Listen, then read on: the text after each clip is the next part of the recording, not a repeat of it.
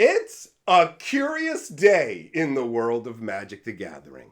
Things are rough right now for Magic, and they are losing a bunch of players to other card games. So today, we're going to take a look at all of the failings of Magic the Gathering and compare them to the successes of a lesser known card game called Grand Archive. Magic. I am a wizard! History. I'm an old wizard! The Magic Historian. My bones hurt. Greetings, owners of fine luxury cardboard rectangles, my friends. I hope the day finds you well because we have gathered for a very interesting video. We're going to take a look at what's going wrong with Magic the Gathering, and we're going to compare it to another card game. But instead of picking one of the big names that everybody already knows, I want to talk about an up-and-comer, a new game that a ton of people haven't heard of, called Grand Archive. I have had a bunch of experience playing this game, including going to the recent big Grand Archive event up in Toronto. I have a video covering that event over on my other channel, so I will leave a link in case you want to see the behind the scenes goodness, hear about how my games went, and there are actual interviews with Grand Archive players talking about their involvement with the game, why they got into it, how much they spend on it, things of that nature. So there's a lot more interesting information specifically in regards to Grand Archive. But what we're going to do here is we're going to go through all of these different issues that Magic the Gathering has, and we're going to talk about how Grand Archive is doing it better, because it is a quality game overall. Now, let's start out at the top of the list in no particular order. I haven't ranked these. So first thing we're going to talk about is the cost. Magic the Gathering's cost has been spiraling ever upwards on this insane chain to the point where recently we've seen them go, hey, the play booster boxes? We're going from 36 boosters down to 30. And that's an attempt to basically have the people who are getting price shy from Magic go, oh, okay, the price of a box isn't so bad anymore. It's either going to keep the price of the box roughly where it is or shift it down the tiniest bit. But we have seen over the last few years that Wizards of the Coast is spiraling the cost of this game upwards. And Grand Archive boxes can be purchased for 25-30% less than Magic the Gathering boxes, roughly speaking, right? So straight out of the gates, when you look at something like Grand Archive to Magic, you're paying 50% more essentially than a Grand Archive box for a box of Magic. And cost is a big factor when we're talking about games that use boosters that give you randomized cards, and Wizards is stacking the deck against you where, oh, hey, guess what? The really good cards that you want, they're in super duper extra ultra collector boosters that you have to pay insane price tags for. Grand Archive doesn't do that. They don't have 15 different variations of a product where you have to pay all these different price points, and these are all these cards you can't get in here. You can get all the cards in a regular box that is priced significantly less than a Magic the Gathering box. So that obviously is a big win, right? Cheaper is better. And Magic the Gathering has insane margins. They could be selling it to us for less, but Hasbro wants the money, and Wizards of the Coast is milking us for it with ever-increasing card costs. Now, the next item on the list is a huge one for me, and that is card quality. The card quality for the actual Grand Archive cards is gorgeous. These cards are beautiful. They don't have blemishes. The backs just have this awesome sheen to them. The cards feel really good in your hands. The foils are also fantastic quality. So across the board, the cards are 100% better than Magic cards. I've been playing Magic a long time. Once upon a time, they cared very much about their card quality to the point where they would burn bad products rather than letting them get out to the public. But in the last 5 to 7 years, the policy has become shovel the garbage onto them. It's their problem, not ours. The newest leadership of Hasbro, who used to be in charge of Magic the Gathering and Wizards of the Coast, is specifically responsible for this. So I'm always astounded when I go to other card games and they have good quality, but it's another level when you get to ultra card quality. So for me, games like Force of Will, Grand Archive have incredible card quality, which is a big thing. It doesn't cost that much to print cards,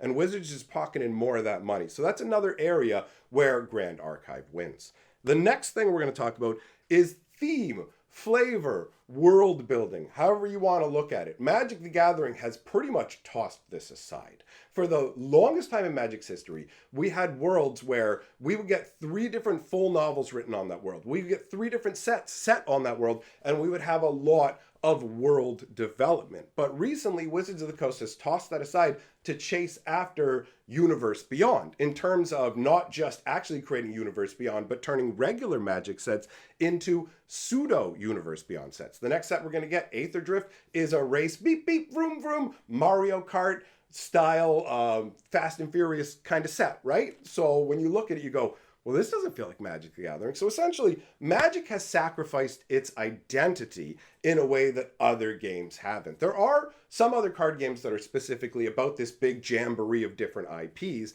and that's fine if that's what something started at and that's what people are looking for. But with games like Grand Archive, they have their own particular world, their own particular flavor, their own particular theme, and they stick with it. So there's an internal consistency where one set to the next set to the next set, you're not going to feel this crazy jumping of the world. We're in the Wild West. Now get on your tires, boy. Vroom, vroom, beep, beep. Like, you don't have that kind of breakneck world change with games like Grand Archive, right?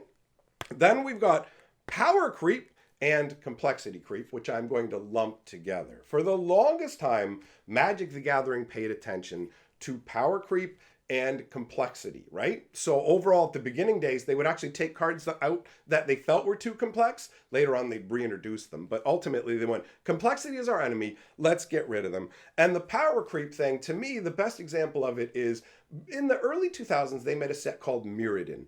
And Mirrodin was a super powerful set, and they realized it was a super powerful set. So to balance out the power level of Standard, they intentionally made a much weaker set, Kamigawa, and poured that into the format as well, which balanced out the power levels, right? But Wizards threw that aside when they came up with the fire concept, and they just went, everything needs to be insane.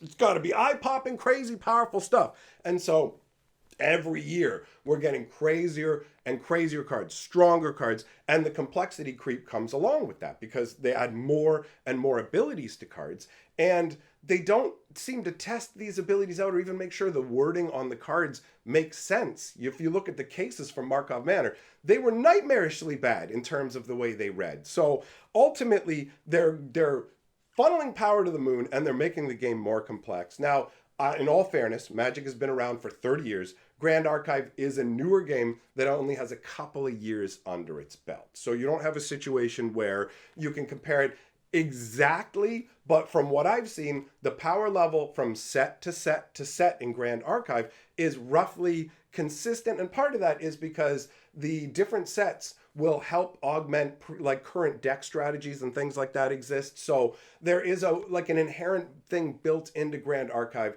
that kind of stops it from just ramping straight to the moon with power creep, because power creep destroys a game faster than anything else. The Spellfire card game was something me and my friends really, really enjoyed. But the power creep in that game was so broken that you literally had to buy the newest set whenever it came out. If you didn't, you would not be able to compete in any way, shape, or form. If you think Modern Horizons 3 and its impact on Magic the Gathering, you have to have this stuff to play Modern. It's nothing compared to what happened to Spellfire. If you don't have the newest set, don't play this game, period, was the level of power creep. So power creep is a big issue, and it's something that you don't have to deal with in games like Grand Archive. So people just go, well, forget this. I'm going to go and play something else, right?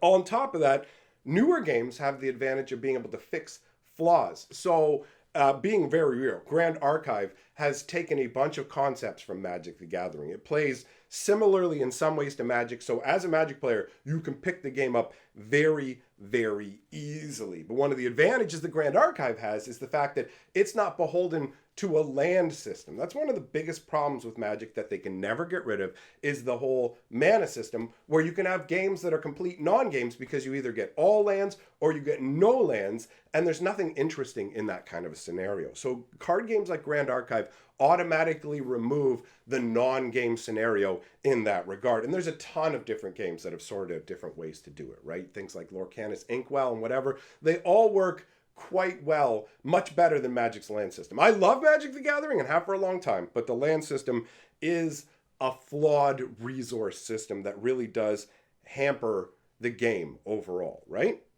So the next issue on my list is mistrust. Now, this is with Magic 30. This is specifically not so much something to do with other games and what they're doing and just with what Magic's done. Magic the Gathering has destroyed the trust of its own community. We don't expect them to try and we do expect them, actually I should say, to try and undermine us at every turn. Magic 30 was the big emblematic show of how little they think of us. They said, hey, check it out, Magic 30, gold-backed printing of the reserved list, and they turned the entire player base against them. The damage done by Magic 30 has lingered on for so long, right? So in that regard, the other games haven't broken people's trust, right? If you look at something like Grand Archive, there hasn't been some kind of huge community uproar where you point at it and go, well, look it, this is the company disrespecting the people. And like Magic 30 caused a bunch of people to sell their collections, get out of the game. It changed how stores buy cards. We still feel the effects of it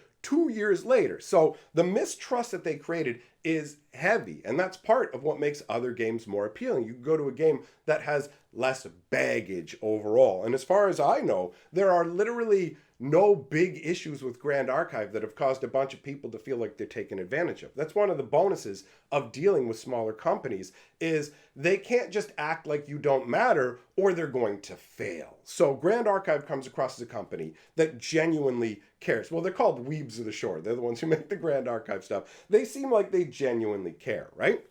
So next step, poor format management. Magic the Gathering has been abysmal for this, where you turn around and go, okay, so you guys have just given up on the Pro Tour entirely? No, we moved it to Arena. Oh, okay. Well, what's happening now? We took it off Arena. We're bringing it back to paper. Are you doing anything else? We actually drove everybody in Standard onto Arena, and we don't actually want that. We want you playing paper. So what we're going to do now is we're just going to say Standard's 3 years, and just these knee-jerk crazy changes because they blew it. They destroyed Standard in paper, and they're actively trying now to bring people back to paper, but it seems to be a losing struggle overall, especially because of what they did with Commander. So you have these formats where they kind of threw away the Pro Tour. They didn't bother to manage the format's ban lists or anything like that. They got really lazy with it, and the formats kind of deteriorated to the point where you'd go to a game store and all you'd find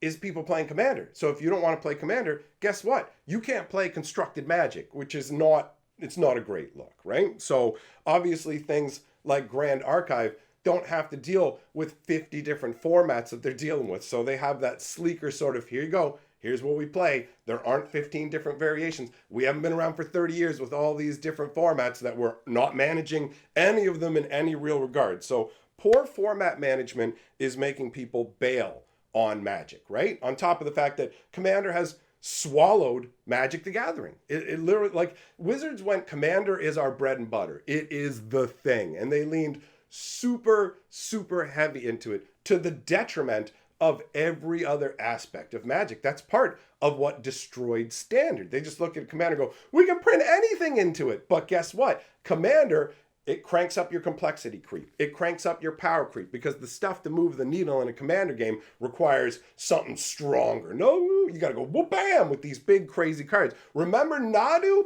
They designed that for Commander and accidentally completely broke the modern format before they could even break it with the cards they intended to break it with. So ultimately, the way that they're doing things with Commander has caused some big problems. One-on-one play pretty much became no thing. So do you want one-on-one play? Well, guess what? You're going to have to go somewhere else, some other game to find it, especially if you want it in any competitive capacity. It absolutely blows my mind that Magic the Gathering fumbled on that so hard, right? They turned the big get-togethers into Command Fest instead of Grand Prix. So they're just, hey, come and pay us $80 to sit at that table and play Commander with maybe some other people if there's enough room for you. That's what it turned into.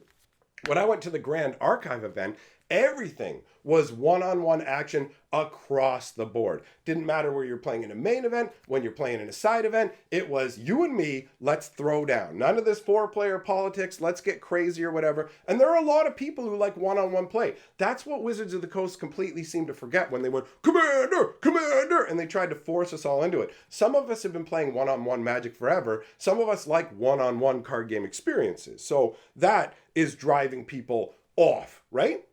You also have the fact that the pace of releases in Magic the Gathering is absolutely staggering, right? People will go, oh, it's not that many. 6, 7, 8 basic sets, main sets a year, plus all like little mini sets. And then you've got all the secret layers. You've got the commander decks they're creating. Wizards is burying us under a deluge of products to the point where it's literally impossible to keep up. I know this for a fact because I spend so much time looking at Magic the Gathering. I cover Magic the Gathering news, and I can't keep up with everything anymore. Things slide by. I'm like, what is that card? I've never even seen it before. And either it turns out I did see it 3 months ago and it's been deleted from my brain, or it's one of the many hundred extra cards they've just added into Magic through commander decks or little side products. You literally can't keep up. Grand Archive releases 3 sets a year. That's how Magic used to do it. We used to get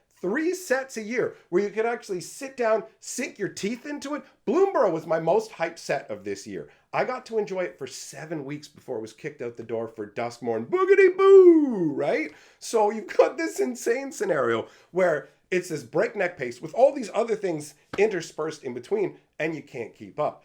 3 sets a year? Yeah, I know that pace. I'm from the old days of Magic. I remember when it was like, okay, we're going to get this for 4 months, and then a new set will come along. We'll have that for 4 months kind of thing. You know, every 3 or 4 months, we're going to get a new set, which is great. Not every 6 weeks. That pace is completely unsustainable for anybody to actually keep up with. And Wizards is somehow hoping that you'll get enough different customers buying all these different things that they'll come out ahead. But they just bewilder and fatigue their customers with this. So Grand Archive is absolutely doing it right in that regard.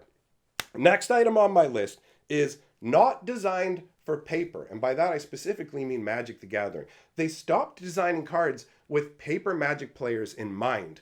And it's more just, what kind of craziness can we put out there? And it doesn't matter what happens. Arena will sort out the rules issues. We don't need to worry about it. And so they just keep adding crazier and crazier abilities that are really poorly worded to the point where even people who've spent years and years judging, like me, have to read the card multiple times to parse it out and go, wait, what does this card do? So they're not worried about the people sitting down at the table, right? This does obviously tie into complexity creep as well, but the fact that they're not even taking paper players into mind and just adding more and more insane mechanics. I mean, look at the new mystery booster set they're doing, where they're literally printing alchemy cards that do things that you really can't do in paper Magic and don't quite function properly, but they're shoving them in there anyway. So paper is not their priority. Well, with Grand Archive, it absolutely is. The cards are the number one thing. They're not focused on a digital client and going, oh, hey, you know, we're going to program for all this. As far as I know, and I might be mistaken about this,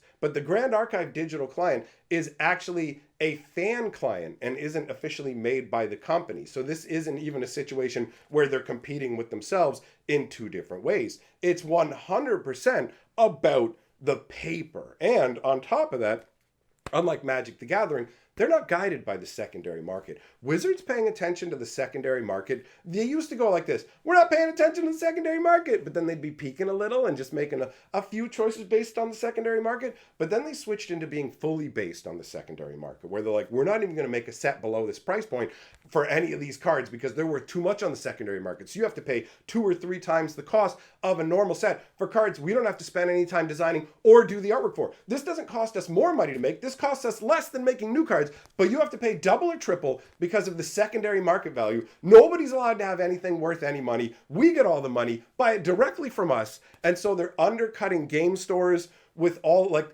they undercut LGSs with the whole, hey, we're selling you singles directly. And all the choices they make end up being bad for players and game stores, right?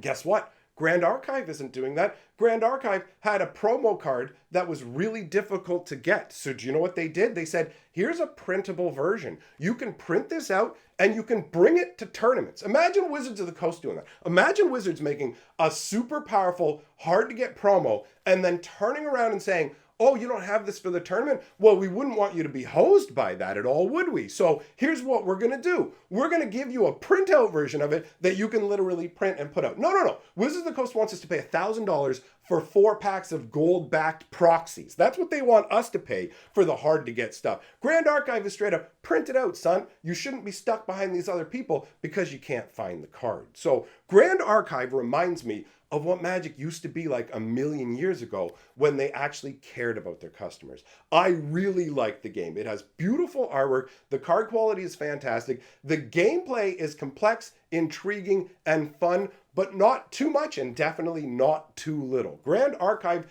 is a winner. There's a reason it's stuck around for a few years now, and if you want to hear more about it, I direct you to go and check out the vlog I did talking about the Grand Ascent event, because it stacked up very well against Magic and other card game events that I have gone to. So that wraps up everything I have to say today in our case study comparing Grand Archive to Magic the Gathering. I hope that you enjoyed it. Let me know your thoughts in the comments below. Big shout out to my patrons for supporting my channel. You guys rule. And I will see you all in the next video. I just smacked the mic.